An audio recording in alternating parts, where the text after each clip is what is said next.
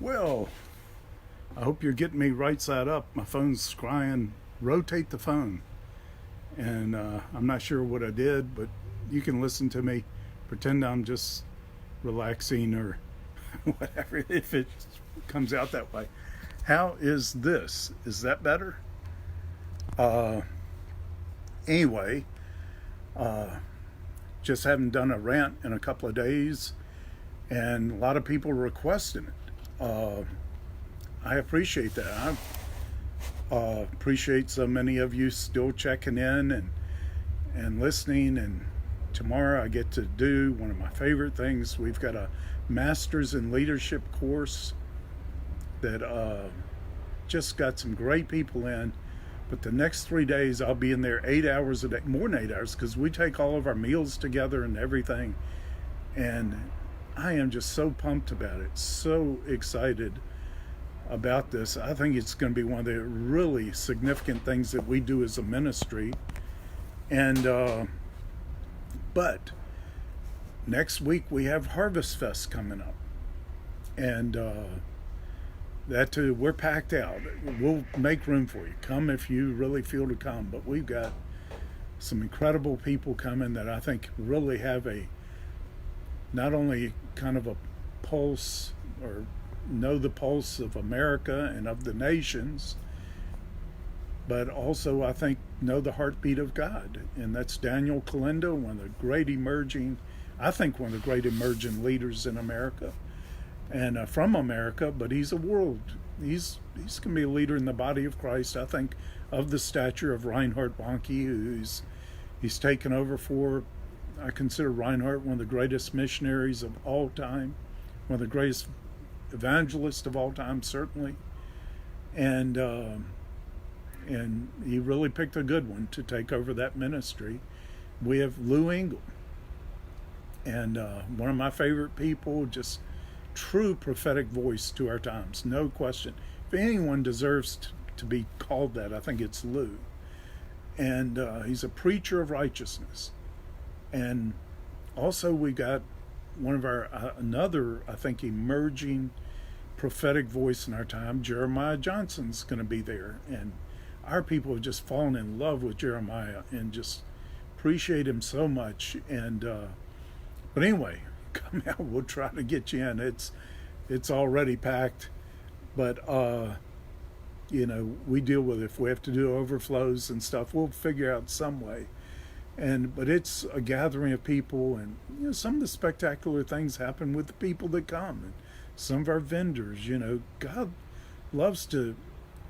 I think Larry Randolph said one of the names of God should be Jehovah Sneaky, because he likes to sneak up on people. And anyway, I'm so excited about this next week, but I'm going to be tired. I'm going to be going day and night.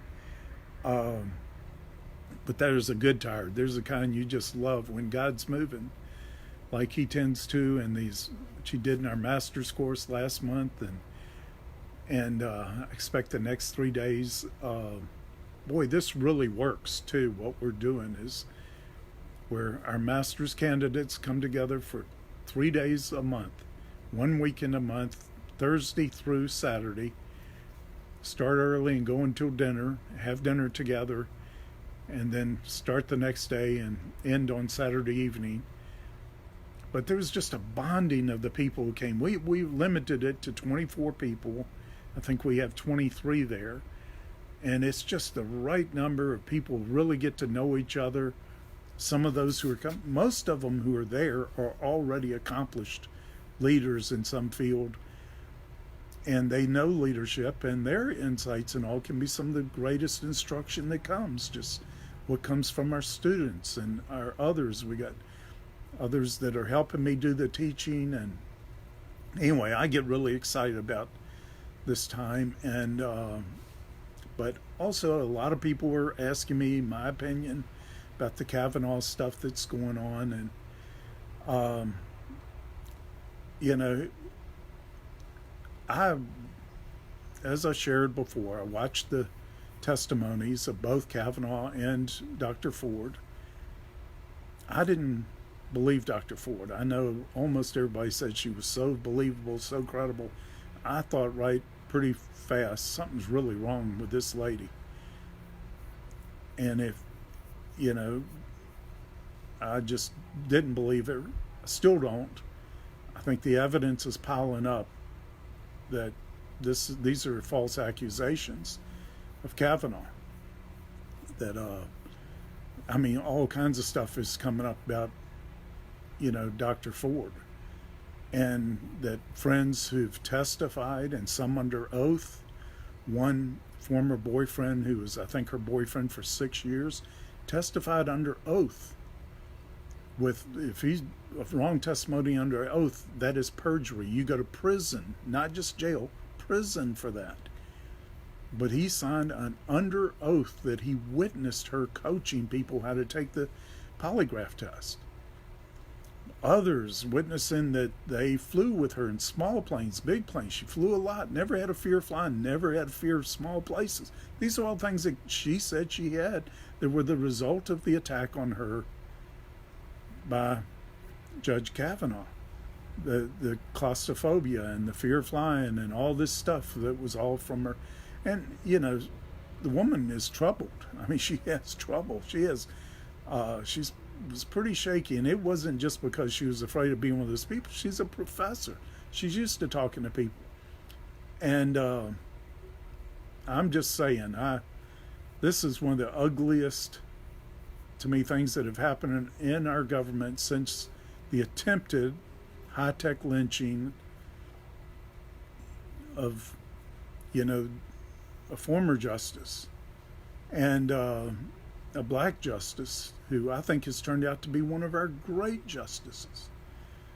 And, you know, this is just not the way we should be doing business. But as my daughter just pointed out to me, stuff happens to people that you can't prove. That doesn't mean it didn't happen. That's true. But the standard is, if you're going to accuse somebody, you've got to have proof. And I was amazed that our Senate was so, they just wanted to hear her testimony. Is she believable or not? You know, that's for something as important to this as this.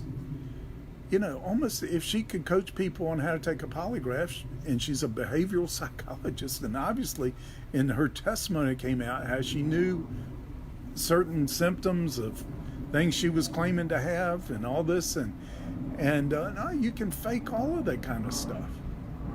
I just, you know, it's not the way we do business, not the way we can. Just think about spending your life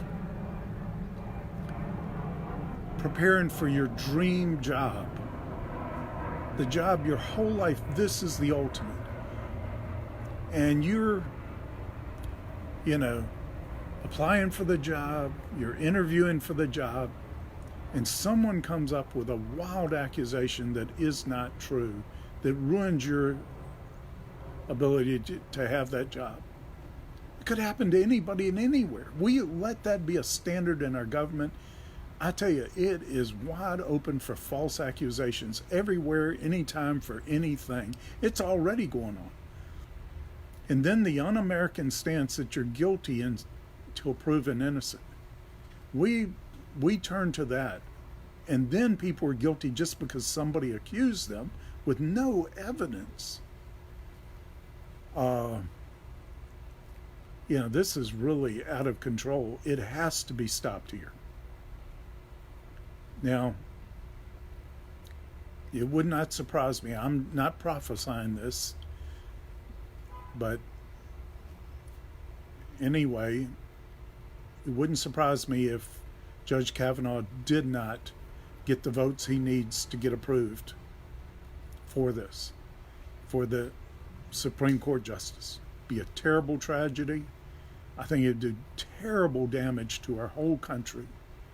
This whole thing has already done terrible damage. But that would be appalling, absolutely appalling, if it happened, but with such weak no evidence, not just weak evidence, no evidence, except there is evidence, but it all points to him being innocent. Every bit of it points to him being innocent. Anyone who can claim any evidence, it would be him that he's innocent. But If it happens, I will tell you what I think is going to happen. If he didn't get the nomination, I believe already because of this and the behavior of the Democrats in this situation has so inflamed America. Democrats want to believe whatever they want to believe, and one thing psychology teaches you, people will believe what they want to believe and reject a huge pile of evidence to the contrary if they want to believe something. Most people are that way. And we've got the left, or the extreme left, that right now they want to believe Dr. Ford's right and this guy can't be the judge. Well, you know what will happen if he's not nominated? Amy Barrett will get nominated. They won't do this to her. She will become a Supreme Court justice. She's far more conservative than Kavanaugh. She was the top choice of conservatives. She will get in. It will have made the way for her to get in. I don't believe there'll be any way for them to stop her. I think there will be outrage at the polls like you wouldn't believe. There already is outrage at the polls. I can tell you right now, there will be a red wave in the midterms, and this did more to facilitate the red wave than maybe anything the Republicans could do, because most people are really fed up with the Republican Party too. But the Democrats were outrageous, way over the top, and the independents think that too. It's going to be a red wave. If Kavanaugh does not get in, it could be a red tsunami. It really could be so big and unbelievable, the victory of the Republicans in the upcoming midterms. But I don't question anymore they're going to have a victory. This has just inflamed. Nothing could have energized the Republican base like the Kavanaugh hearings. I can't believe everybody's talking about it, everybody, and they're outraged. And if this deprives him of that position, the outrage is going to go through the roof. It is just going to be unstoppable. That's my opinion. And I think a lot of my opinions come true. I think there's more to it than this. I think Judge Kavanaugh would be nominated again if he would submit himself to this process again. I think Trump is going to have more people to nominate to go on the. I think that, I wouldn't be surprised. Trump doesn't like to lose. He would nominate him again. That could happen, and he could get on too. But what we want are not 5 conservative justices. We don't even want 6. What we really need on our Supreme Court are just justices who are not political. The court system is not supposed to be political the way it's become. But we need to be praying for 9 righteous judges who are not going to judge things just whether they're liberal or conservative or whatever. They're going to judge on what they believe is the truth, what is right. And then we need to pray for it throughout the land, every judge on every level, because our judicial system is far more screwed up right now than even our Congress is, and it's pretty messed up, as you can tell. So that's my story, and I'm sticking to it right now. But thank you for asking. I'm going to be so busy next few days. I may try to do a rant here and there if there's so much. When I get a lot of requests, I know a lot of people are looking for it. I do try to respond to it, but it may be 5 minutes here or there. But I may do some rants with some of our guest speakers and friends coming in. We'll just see. But anyway, thank you so much for joining me for this. Thank those of you who share these with your friends or like them, or thank you so much for your comments, all the comments. Thank you for joining today's rant.